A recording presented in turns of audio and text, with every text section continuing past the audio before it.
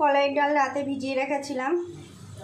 কলাইয়ের ডাল জল ঝরিয়ে তার ভিতরে কাঁচা লঙ্কা 10-12টা কাঁচা লঙ্কা, 1 ইঞ্চি মতো আদা, গোটা জিরে আর গোলমরিচ একসঙ্গে বেটে নেব। বেটে নেওয়ার পর ভালো করে নুন, হলুদ আর খাবার সোডা দিয়ে ভালো করে মেখে নিলাম।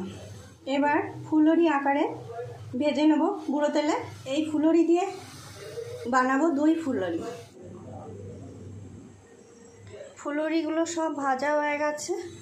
এই গরম অবস্থায় গরম জলের মধ্যে ভিজিয়ে দেব। জল গরম হয়ে এসছে। এবার সব ফুলুরিগুলো এর ভিতরে দিয়ে দেব। ঢাকা দিয়ে গ্যাস বন্ধ করে 2 ঘন্টা রেখে দেবো। ফুলুরির জন্য একটা মশলা বানাবো। শুকনো লঙ্কা আর জিরে, এটা হালকা একটু মানে ভেজে নেব, ভেজে পাউডার বানিয়ে নেব। লাগবে সেই তেঁতুল জলে ভিজিয়ে রেখেছি, এটা চটকে একটু পাতলা করে লিকুইড মতো বের করে নেব। জল থেকে তুলে ফাটানো দই পুরোটা ঢেলে ভিজিয়ে নেব।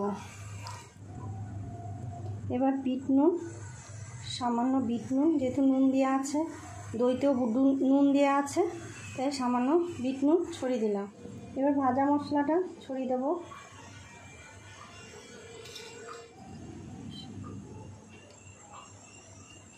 তেঁতুলের পাল্প ছড়িয়ে দেব। আপনাদের যদি এই দই ফুলুরিটা ভালো লাগে তাহলে লাইক করবেন, কমেন্টে জানাবেন কেমন হয়েছে, বাড়িতে করে খাবেন আর রেসিপিটা শেয়ার করে দেবেন।